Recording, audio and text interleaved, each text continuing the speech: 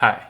Last time on the channel, I asked everybody for video comments telling each other about what we did with sound in the last week. I have to say I was thrilled with the variety and number of the comments. So many people doing so many interesting things, from restoring church organs and writing chorales, to listening to cicadas and thunder, playing flutes and guitars, exploring hospital hallway reverb tales with your kids, and of course, a ton of patching too.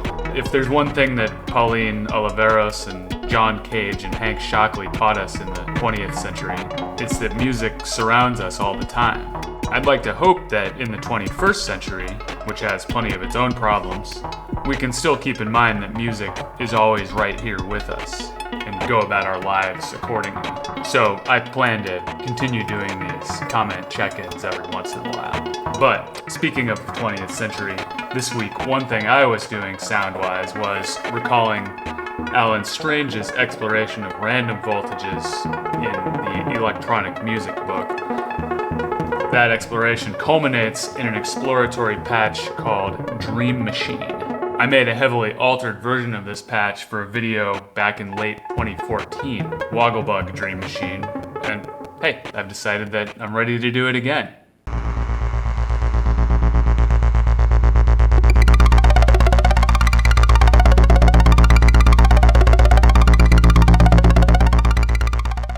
Once again, this patch is loosely based on Strange's original, as we don't have the exact same set of function blocks available in this system, but it is grown from the same idea kernels. We're going to extend it somewhat beyond Strange's outline. Strange writes, Figure 6.72 is a dream machine in which the musical structure is defined on a moderately high level, but two random voltage sources are used to affect the behavior of the fixed structure. Like Douglas Leady's In Tropical Paradise, once this instrument is turned on, it will totally control its own performance. Analyze this instrument and see how much of this random behavior is actually predictable. So let's keep that in mind as we patch. We'll notice that though portions of this patch are driven by random sources, other portions of the patch, including the random sources themselves, are influenced by elements that are more predictable, including sequencing and low-frequency oscillations. We'll start by multing the stepped random voltage from Wogglebug, patching it through an attenuator, and then onto both on this maths channel 4. This maths channel 4 is cycling. We'll mult its end of cycle gate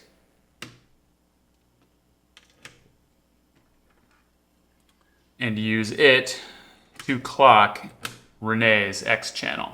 Now the X channel has just the bottom left gate location enabled, and we're going to use that output to clock the Wogglebug. Therefore, each time the sequence starts over, we generate a new random voltage and the sequence gets a new clock speed. So every time we have 16 steps of sequence at one speed, followed by 16 steps at a new random speed. Now, let's also mult that same end of cycle gate to clock the Y channel, and we'll use the Y gate output to trigger the other channel of this maths. We'll use its unity output to open the DXG channel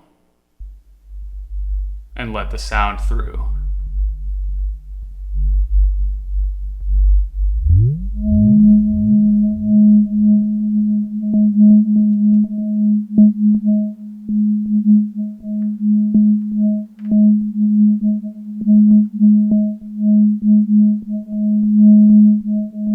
So these 16 sequence steps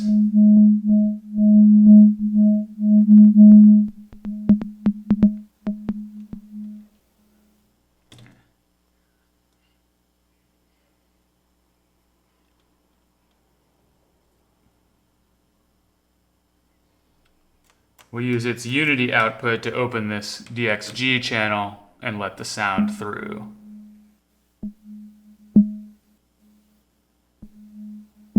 So these 16 sequence steps correspond to 16 notes. We'll sequence both sides of the spectrophone with the same sequence by sequencing side A and having follow turned on side B.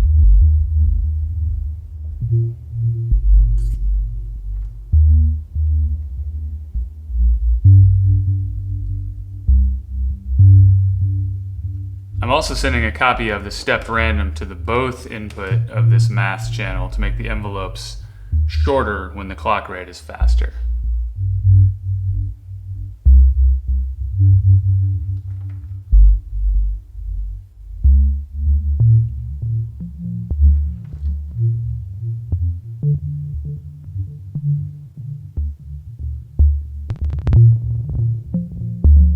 And let's also lightly randomize the rise time of these events using the Woggle CV out.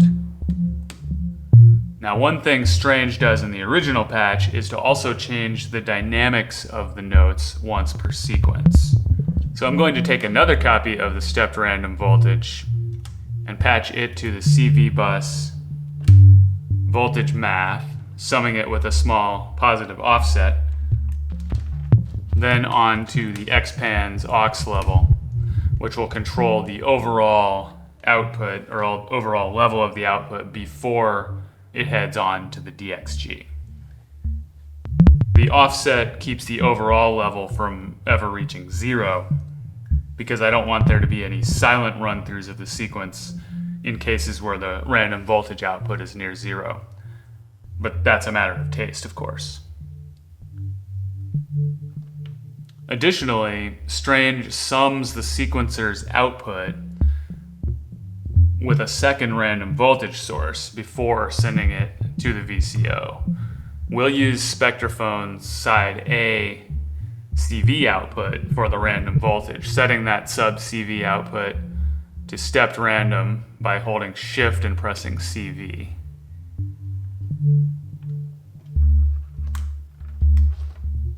We'll clock it with the end of cycle from this other maths and send it to the XCV input and turn on fun.cv.add to sum it with the sequencer values pre-quantization.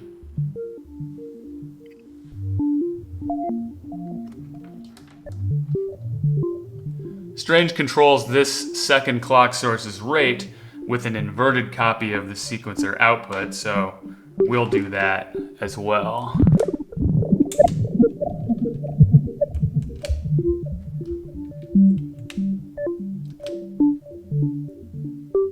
Let's also add some modulators to the mimeophone while we're at it.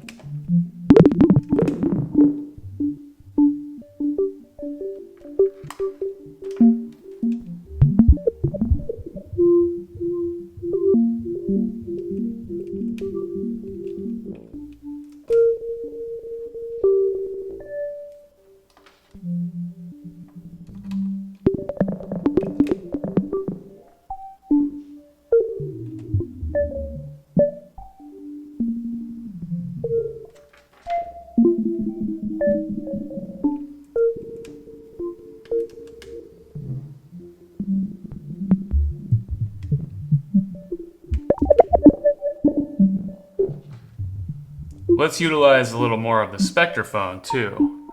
We'll take side A's even and odd outputs to the QPOS.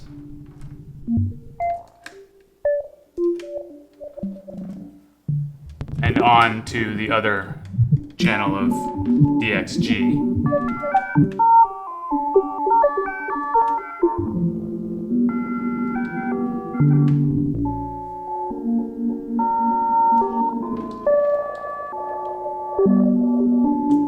We'll mult our note envelope.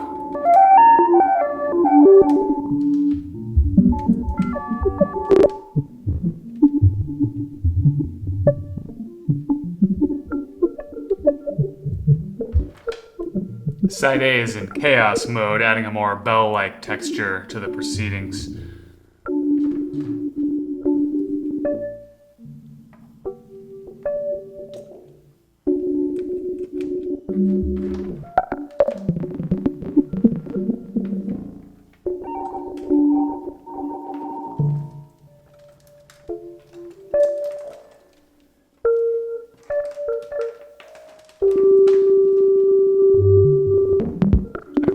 Longer cables. We'll use this bottom maths sum to radiate the filters as well.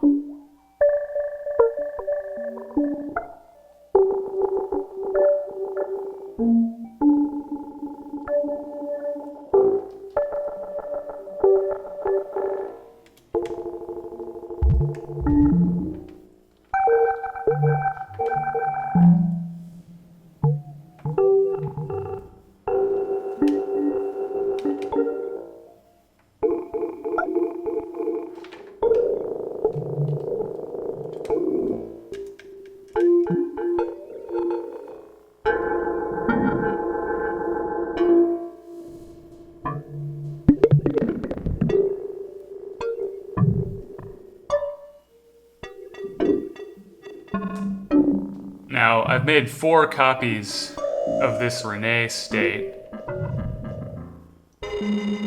with the only difference between them being the scale values on the X quantize page. Let's use the Wogglebug clock to switch between them.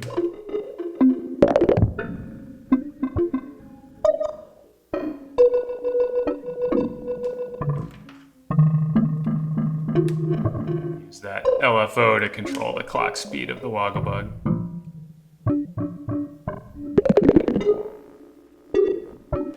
Now we can also alter the X channel's gate and access per state as we shift through.